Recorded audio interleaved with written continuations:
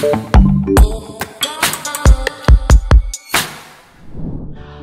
para guru, kurikulum Merdeka punya kebijakan yang luar biasa. Lantas, apakah berarti kurikulum sebelumnya biasa-biasa saja? Yuk kita bahas!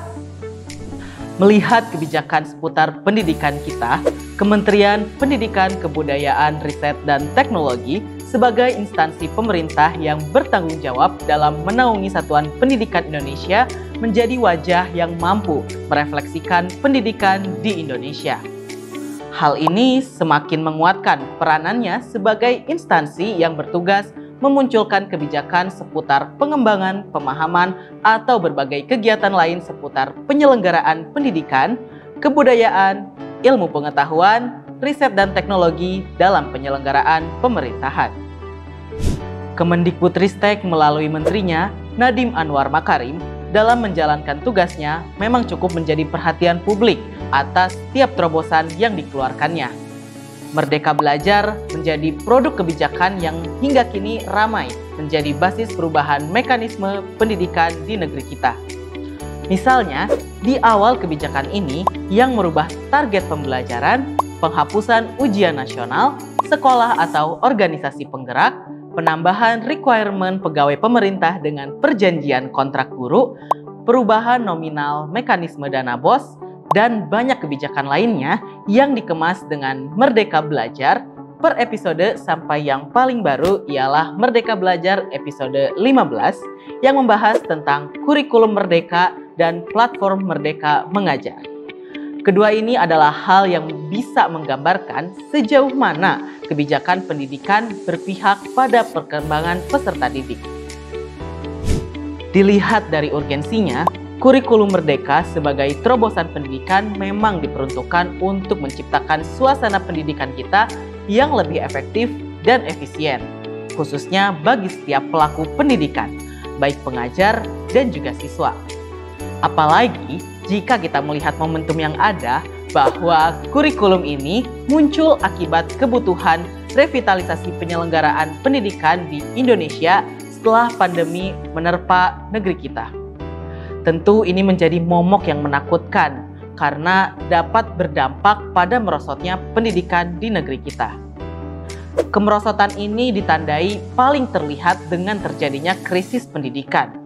Krisis ini bermuara pada berbagai studi yang memberikan gambaran bahwa para peserta didik kita mengalami learning loss dan penurunan hasil pembelajaran.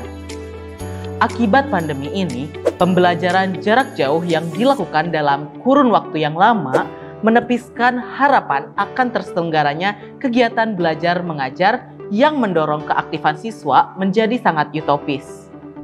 Kurikulum Merdeka ini seolah menjadi jawaban atas hal utopis ini, di mana dalam kurikulum ini berbagai persoalan peningkatan peran aktif siswa dalam proses pembelajaran diupayakan agar bisa memenuhi kebutuhan siswa. Pertama, kurikulum Merdeka merupakan seperangkat konsep yang cukup memadai, yang mampu menjadi dasar pendidikan yang mengejar ketertinggalan siswa akibat pandemi. Dalam kurikulum Merdeka ini, setiap guru nantinya akan diberikan kebebasan untuk menggunakan perangkat ajar sesuai dengan kebutuhannya. Pada proses ini, nantinya kegiatan pembelajaran akan dilakukan disesuaikan dengan kebutuhan dan minat dari peserta didik. Para peserta didik akan melangsungkan pembelajaran dengan perpaduan kegiatan proyek yang nantinya dapat memberikan pengalaman lebih. Belajar bukan hanya sebatas memahami apa yang dijelaskan, melainkan sejauh mana menggunakan pengetahuan yang ada dalam praktik di kehidupannya sehari-hari. Kedua, kurikulum ini juga mengatur muatan materi sebagai bahan ajar untuk siswa. Hal ini tentu dilakukan untuk mengevaluasi kurikulum yang sudah ada sebelumnya.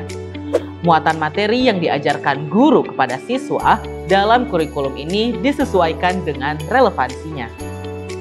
Pada tingkat SD atau MI, muatan semacam IPA, IPS itu digabung menjadi satu terpadu. Langkah ini karena kurikulum pendidikan ini berpacu pada hal yang esensial.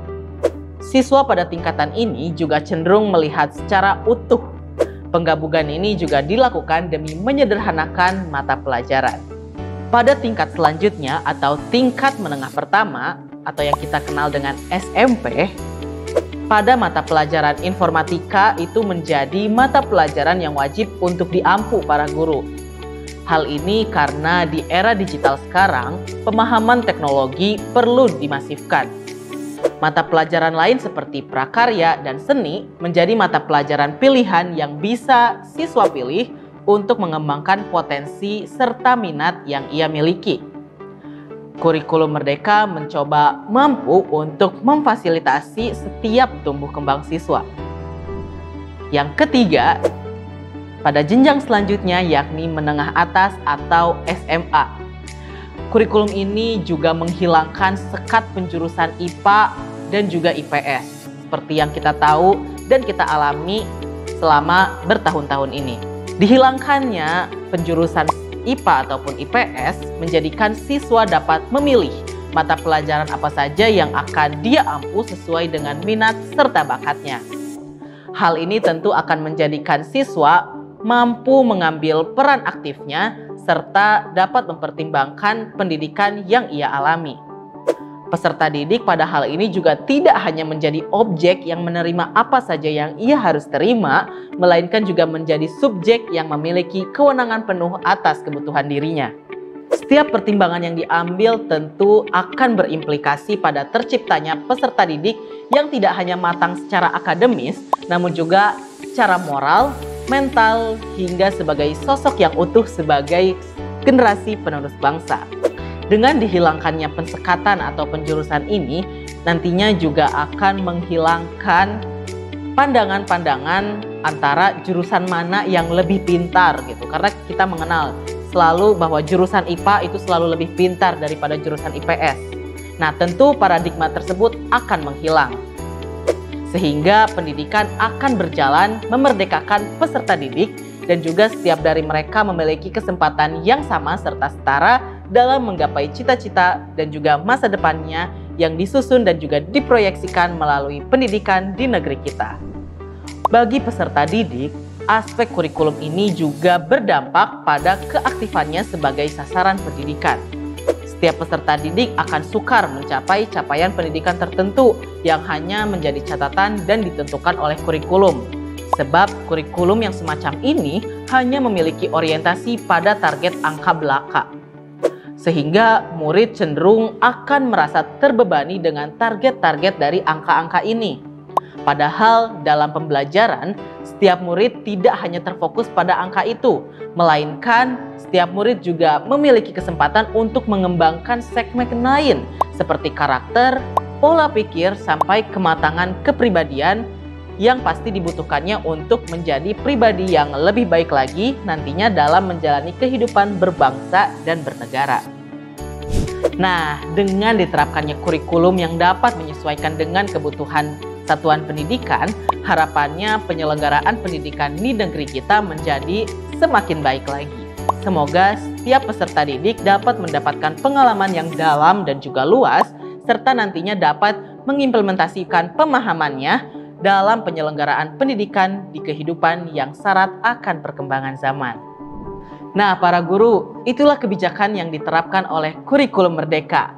Gimana nih? Apakah sudah memungkinkan kita semua membantu dan juga mendukung agar terselenggaranya kurikulum ini dengan baik?